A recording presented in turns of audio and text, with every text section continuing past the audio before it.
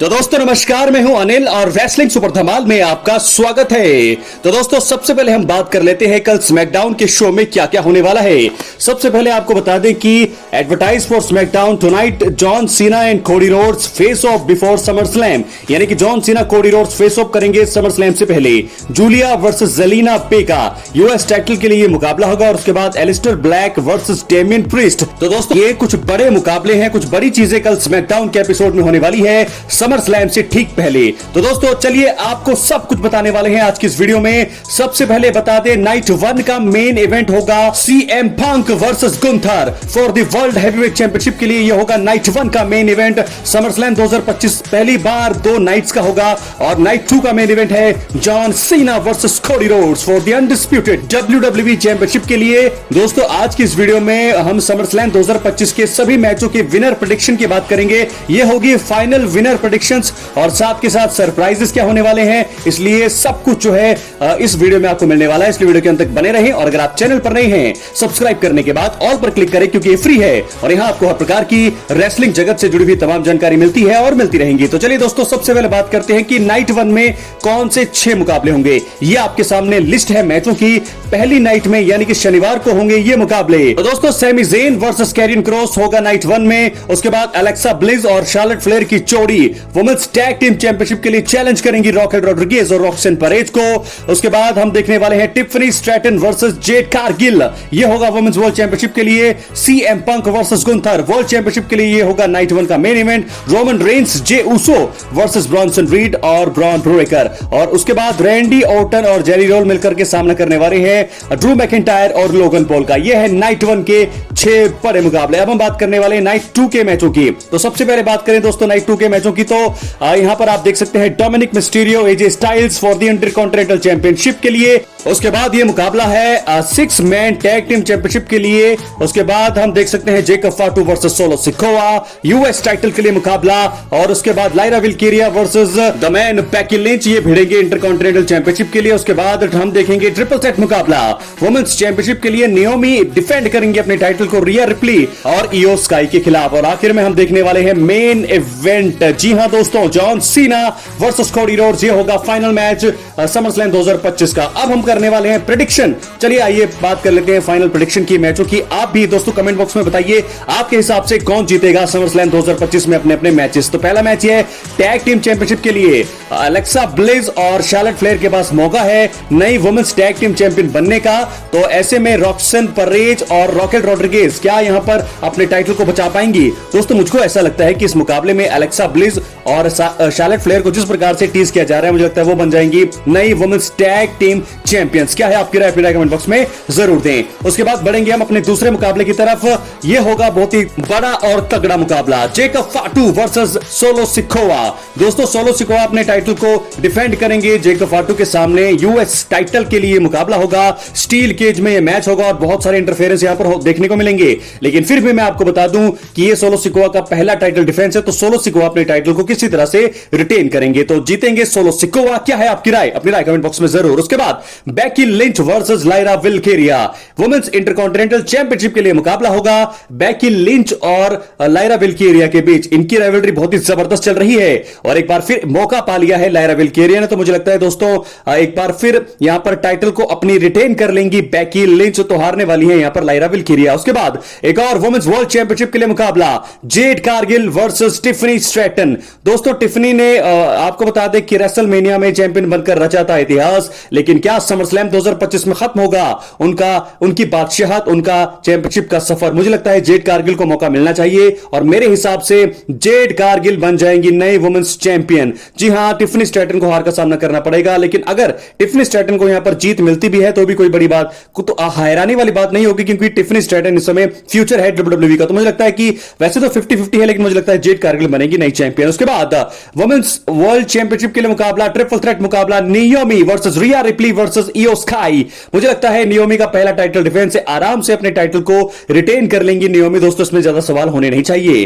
क्या है आपकी राय, जरूर दे। उसके बाद नाइट 1 का main event CM Punk versus Gunther बहुत ही बड़ा मुकाबला है और गुंथर इस समय अपने टाइटल को डिफेंड करेंगे against best in the world CM Punk के सामने। मुझे ऐसा लगता है कि सीएम पंक को मौका मिलना चाहिए, डिजर्व करते हैं। रेसलमेनिया को उन्होंने पहली बार अपनी जिंदगी में मेन इवेंट किया लेकिन वहां हार मिली, लगातार उनको हार मिलती गई है। पॉल हेमन ने धोखा दिया और उसके बाद मुझे लगता है कि यहां पर मौका है सीएम पंक के नए चैंपियन बनने का। तो मेरे हिसाब से गुंथर हारेंगे, जीत होगी सीएम पंक की। उसके बाद बात करेंगे अगले मुकाबले की। दोस्तों ये 6 मैन टैग टीम मुकाबला है, यानी कि 12 सुपरस्टार्स लड़ते हुए नजर आएंगे। बहुत ही तगड़ा ये मुकाबला होगा, ब्रूटल ये मुकाबला होगा। टेबल, लेडर्स और चेयर्स होंगी इस मुकाबले में। समरस्लैम 2025 में यह मुकाबला बहुत ही ज्यादा आकर्षण का केंद्र होगा।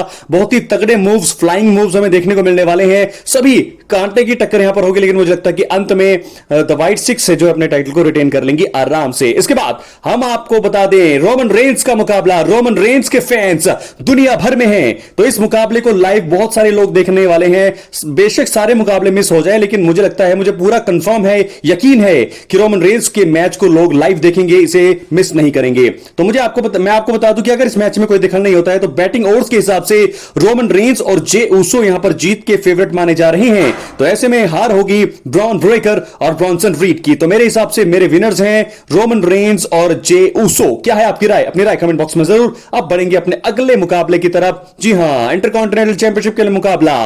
डोमिनिक मिस्टीरियो डिफेंड करने वाले अपने टाइटल को एजे स्टाइल्स के सामने। दोस्तों बहुत सारी चीजें हमने देखी है, लेकिन डोमिनिक मिस्टीरियो का हील रन बहुत ही जबरदस्त रहा है और एजे स्टाइल्स को एक बार फिर हार का सामना करना पड़ सकता है। और मुझे लगता है कि अपने टाइटल को आराम से रिटेन कर लेंगे यहां पर डोमिनिक मिस्टीरियो। अपनी राय कमेंट बॉक्स में जरूर। अब बात करेंगे अपने फाइनल मैच की, John Cena versus Cody Rhodes. बहुत सारे सवाल है इस मुकाबले को लेकर के। क्या जॉन सीना की बादशाह खत्म होगी? क्या जॉन सीना बनेंगे बेबी फेस? क्या कोडी रोड्स का हील टर्न होगा? क्या आएंगे रॉक? यहां पर बहुत सारी चीजें हैं, लेकिन मुझे लगता है कि जी हां, बिल्कुल सही समय है समय कोडी रोड्स को हील बनाने का और बहुत ही सही समय है समय जॉन सीना को बेबी फेस करने का। तो दोस्तों इस मुकाबले में तो बहुत सारे सरप्राइजेस की भी उम्मीद आप कर सकते हैं। सरप्राइजेस से भरा होगा यह मुकाबला और बहुत ही लंबा चल सकता है यह मुकाबला है। मुझे लगता है कि इंटरप्ट हो सकता है, इंटरप्शन मिल सकती है बहुत सारे लोगों की, लेकिन अंत में मुझे ऐसा लगता है कि कोडी रोड्स का अब जो है दूसरी बार अनडिस्प्यूटेड चैंपियन बनने का टाइम आ गया है। जॉन सीना की बादशाह हो जाएगी खत्म, वो कर लेंगे अपना बेबी फेस टर्न, जो कि बहुत ज्यादा जरूरी है उनके लिए भी, उनके फैंस के लिए भी, क्योंकि आखिरी रन चल रहा है उनका। और ऐसे में कोडी रोड्स बन जाएंगे लगातार, बहुत ही अच्छा वो काम कर रहे हैं डब्ल्यूडब्ल्यूई में, और दूसरी बार अपने अनडिस्प्यूटेड चैंपियनशिप की वो शुरुआत करेंगे मुझे लगता है हील किरदार के साथ। तो ऐसे में मुझे लगता है कि स्क्रिप्ट ऐसी लिखी जा रही है कि कोडी रोड्स को बनाया जाएगा यहां पर चैंपियन, दोबारा से दूसरी बार वो बनेंगे अनडिस्प्यूटेड चैंपियन, लेकिन इस बार किरदार उनका होगा बिल्कुल अलग। तो हील किरदार के साथ वो बढ़ेंगे आगे। क्या लगता है आपको क्या होने वाला है? लेकिन जॉन सीना की बादशाह जो रेसलमेनिया 41 में उन्होंने जो है अपनी 17 टाइम वर्ल्ड चैंपियनशिप जीती, रिकॉर्ड बना लिया है, रिक फ्लेयर से आगे निकल गए हैं। अब इतिहास में सबसे ज्यादा टाइटल्स जॉन सीना के पास ही रहेंगे। लेकिन फिलहाल बड़ी खबर यह है कि समरस्लैम 2025 में जॉन सीना की बादशाह खत्म हो जाएगी। जितने भी फैंस हैं जॉन सीना के, आप लोगों को दोस्तों ये सुनकर थोड़ा दुख होगा कि जॉन सीना की बादशाह खत्म होगी, लेकिन यह सुनकर खुशी भी होगी कि जॉन सीना का बेबी फेस टर्न होने वाला है। लेकिन यहां पर बहुत ही ज्यादा सरप्राइजेस और भरा यह मुकाबला होगा। द रॉक वापस आ सकते हैं। अगर रॉक वापस आएंगे तो आप साफ समझ सकते हैं कि जॉन सीना को वो चैलेंज भी कर सकते, अटैक करेंगे, रॉक बॉटम देंगे, कोडी रोड्स से हाथ मिलाएंगे और कोडी रोड्स बन जाएंगे हमारे नए अनडिस्प्यूटेड WWE चैंपियन। तो ऐसे में बहुत ही बड़ा यह मुकाबला होगा और देखना होगा कि क्या कोडी रोड्स की जब बादशाहत शुरू होगी यहां से एक हील किरदार में, वो कैसा अपना मुकाबला करते हैं। तो ये बात मैंने की नाइट 2 के मेन इवेंट की, बहुत ही तगड़ा मुकाबला होगा, सरप्राइज होंगे, ट्विस्ट होंगे, टर्न्स होंगे, और साथ के साथ नाइट 1 के मेन इवेंट की बात हम कैसे ना करें। सीएम पंक क्या बनने वाले हैं पहली बार, यानी कि 14 सालों में WWE में क्या एक बार फिर वर्ल्ड चैंपियन।